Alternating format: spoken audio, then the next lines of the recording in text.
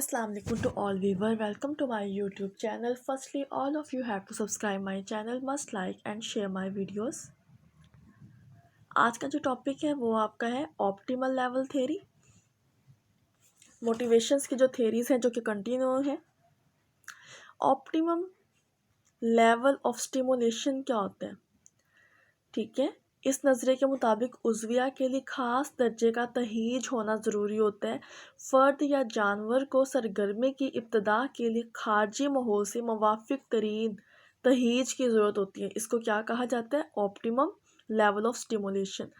इसका जो है सेंसरी स्टिमुलेशन की अहमियत का अंदाज़ा इस वक्त होता है जब फ़र्द को हिस्सी महरूमी से गुज़रना पड़े। हिस्सी महरूमी क्या होती है, इसके ऊपर एक्सपेरिमेंट किया है बैक्स्टन, हेरन एंड स्कॉट ने 1954 में। इसने हिस्सी महरूमी पर एक तजर्बा किया। इसमें चंद मामूलों को $20 योमिया की पेशकश पर तजर्बागाह में लाया गया। इनकी आंखों पर पट्टी बांध दी गई, बाजू और हाथों पर सख्त गत्ते का खोल चढ़ा दिया गया ताकि वो किसी चीज़ को छू ना सके। गोया मामूल के सुनने, देखने और छूने के हवास मुअत्तल कर दिए गए। सिर्फ इन्हें खाने और वाशरूम तक जाने की इजाज़त थी, ठीक है। सिर्फ उनको खाना खाने और वाशरूम तक जाने की इजाज़त थी। इसके अलावा उन्होंने बेहिस्सो हरकत लेटे रहना था। दौरान तजर्बा 2 दिन तक सब मामूल तंग आ गए। उन्होंने तजर्बे को इंतहाई खौफनाक करार दिया। कुछ ने तो वहमों की शिकायत भी की। इस तजर्बे से अंदाज़ा लगाया जा सकता है कि हिस्सी महरूमी कैसे तबाहकुन असरात रखती है, ठीक है। ये था ऑप्टिमम लेवल ऑफ स्टिमुलेशन के हिस्सी महरूमी को ख़त्म कैसे किया जाता है। जो ऑप्टिमल लेवल ऑफ थ्योरी है, इसको ऑप्टिमल लेवल ऑफ थ्योरी के नाम से बयान किया जाता है। इसमें बहुत से इख्तलाफात के बावजूद मरकज़ी तौर पर मुमासलत भी पाई जाती है, ठीक है। नेक्स्ट है अरोजल और एक्साइटमेंट क्या होता है। माहिरीन का कहना है कि फ़र्द अपने मजाज के मुताबिक भी तहीज को घटाता और बढ़ाता है। हर फ़र्द ख़ास दर्जे की स्टिमुलेशन का मतलाशी होता है। कुछ माहिरीन ने तहीज के लिए अरोजल और एक्साइटमेंट का लफ्ज़ भी इस्तेमाल किया है। स्टिमुलेशन के लिए कौन सा लफ्ज़ इस्तेमाल किया है? अरोजल और एक्साइटमेंट का। इसके जो बेसिक प्रिंसिपल्स हैं वो क्या हैं? फ़र्द मुवाफ़िक तरीन सरगर्मी का दर्जा कायम रखने की कोशिश करता है। इसको ऑप्टिमल लेवल ऑफ कॉम्प्लेक्सिटी कहा जाता है, ठीक है।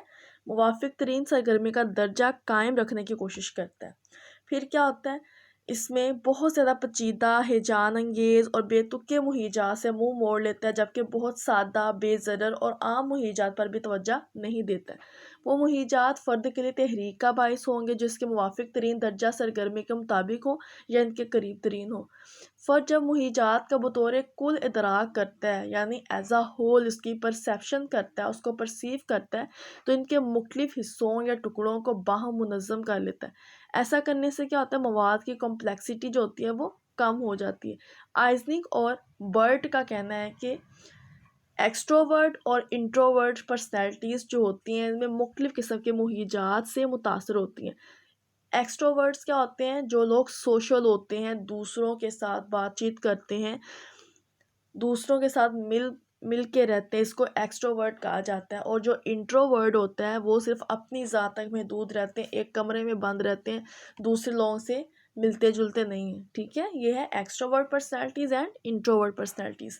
नेक्स्ट थ्योरी है अरोजल थ्योरी। क्या होती है अरोजल थ्योरी में? क्या है, इसको यर्क्स एंड डॉडसन ने 1908 में पेश किया। इनका कहना था कि ऑप्टिमल लेवल ऑफ अरोजल ही फ़र्द की बेहतरीन कारकर्दगी का बायस बनता है, ठीक है। मुवाफ़िक तरीन जो दर्जा है उसकी वजह से फ़र्द की जो कारकर्दगी है वो बेहतर होती है। इस नज़रिए के मुताबिक क्या होता है, स्टिमुलेशन और इसके अंदर जो सरगर्मी है उसको बरकरार रखना चाहता है। इस नज़रिए के मुताबिक सरगर्मी का दर्जा बहुत ज़्यादा बढ़ जाए तो इसे कम करने की कोशिश करते हैं। अगर ये कम हो जाए तो स्टिमुलेशन से बढ़ाने की कोशिश करते हैं। इससे क्या होता है, इंसानी किरदार एक्साइटमेंट की कमी बेशी में लगा रहता है ताकि किरदार कोई ख़ास सतह की सरगर्मी पर कायम रखा जाए, ठीक है। इसको कहा जाता है optimal level of arousal according to arousal theory, ठीक है। फिर क्या होता है, पेचीदा अफ़ाल की बजाय सादा अफ़ाल की अदायगी में आला दर्जे की मुहरकाती आमादगी अच्छे नताइज पैदा करती है। एक्साइटमेंट का दर्जा ज़रूरत से बढ़ जाए तो फ़र्द की कारकर्दगी मुतासर होती है, ठीक है। इसके बायस क्या होता है, अफ़ाल की नवैयत ख्वाह सादा हो या पेचीदा ज़्यादा इश्तियाल, तशवीश और डिस्ट्रैक्शन का बायस बन जाती है, खलफशार का बायस बन जाती है। क्लियर। अब हम बात करते हैं थ्रिल सीकिंग पर्सनैलिटी क्या होती है। ये दुरुस्त है कि आमादगी का दर्जा हर फ़र्द मुख्तलिफ होता है। कुछ अफराद में आमादगी का दर्जा बहुत ज़्यादा होता है और कुछ में कम होता है। वो अफराद जिनमें ये दर्जा ज़्यादा हो, ठीक है, अरोज़ल जो है वो ज़्यादा हो, तो क्या होता है, वो ख़तरनाक खेल से खेलना जो है पसंद करते हैं। मसलन पहाड़ों पर चढ़ना, हवाई जहाज़ से पैराशूट के ज़रिए हवा में उतरना वगैरह। ऐसे अफराद को थ्रिल सीकिंग पर्सनैलिटी भी कहा जाता है। ठीक है। अगर इस जज्बे को तामीरी कामों के अलावा तखरीबी कामों में मोड़ दिया जाए तो इस जज्बे का मनफी रुख भी देखने में आता है। ठीक है। अगर आप इसको अच्छे कामों के लिए यूज़ करोगे तो वो ठीक होगा, अगर आप बुरे कामों के लिए यूज़ करोगे यानी तखरीबी कामों में अगर इसको मोड़ दिया जाए तो क्या होता है, इसमें मनफी रुख भी देखने में आता है। ठीक है। ये थ्रिल सीकिंग पर्सनैलिटी है। नेक्स्ट है इंसेंटिव थ्योरी क्या होता है। इंसेंटिव थ्योरी में है, इस नज़रिए की रूह से किरदार की वजाहत करते हुए कहा जाता है कि किसी भी किरदार की वजह हमेशा अंदरूनी ज़रूरत नहीं होती है। यानी किरदार हमेशा अंदरूनी ज़रूरत की तस्कीर नहीं करता, बल्कि क्या करता है, किरदार के रोनमा होने की वजह बाज़ औक़ात खारजी अवामिल भी होते हैं। इंटरनल नहीं होता, ये एक्सटर्नल भी होता है। वही किरदार का तयन करते हैं और वही इसके लिए तवानाई मुहैया करते हैं। Incentives are external cause direct and energize behaviour. ठीक है। जो एक्सटर्नल हैं, जो इंसेंटिव्स हैं, वो क्या हैं, इसमें बिहेवियर को एनर्जाइज करते हैं, डायरेक्टली कॉज जो होते हैं, गोया खारजी मुहीजात के ख़वास फ़र्द की तहरीक का बायस बनते हैं। ठीक है।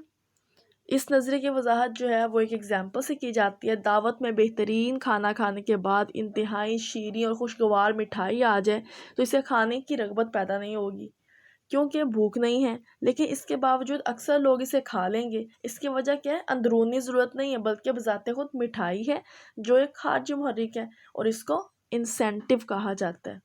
क्लियर। नेक्स्ट है इंट्रिंसिक एंड एक्सट्रिंसिक मोटिव क्या होता है। ये आपको एक्सप्लेन कर दिया गया था। इंट्रिंसिक में क्या होता है कि इंसान को सिर्फ सेटिस्फेक्शन चाहिए होती है। एक्सट्रिंसिक में क्या होता है, वो किसी रिवार्ड के लिए काम करता है, उसे रिवार्ड मिलेगा तो ही वो काम करेगा। पुश एंड पुल क्या है, ये नज़रिया हुल के नज़रिए का मुखालिफ नहीं, बल्कि माहिरीन का ख्याल है कि दोनों नज़रियात हैं तहरीकी किरदार की वजाहत करते हैं। दोनों नज़रियात को पुश एंड पुल के तस्वुर से वाज़ह किया जा सकता है। जो आपको ड्राइव रिडक्शन थ्योरी हुल की जो थी पहले एक्सप्लेन की जा चुकी है। ड्राइव रिडक्शन थ्योरी के मुताबिक फ़र्द मुहर्रिक जो होता है वो फ़र्द को अंदर से पुश करता है और मकसद की तरफ ले जाता है, जबकि जो इंसेंटिव थ्योरी है इसके मुताबिक क्या होता है, मुहर्रिक फ़र्द को बाहर से पुल करता है और इसे सरगर्मी पर आमादा कर देता है। क्लियर। ये है इंसेंटिव थ्योरी। उसके बाद है ग्रॉसमैन्स थ्योरी क्या है। इसने 1967 में तजवीज़ किया कि मुहर्रकात की दो इक़साम, एक तवाज़ी मुहर्रकात और दूसरे गैर तवाज़ी मुहर्रकात। इसने इस बात पर भी ज़ोर दिया कि हमें इन दोनों का फ़र्क महसूस करना चाहिए।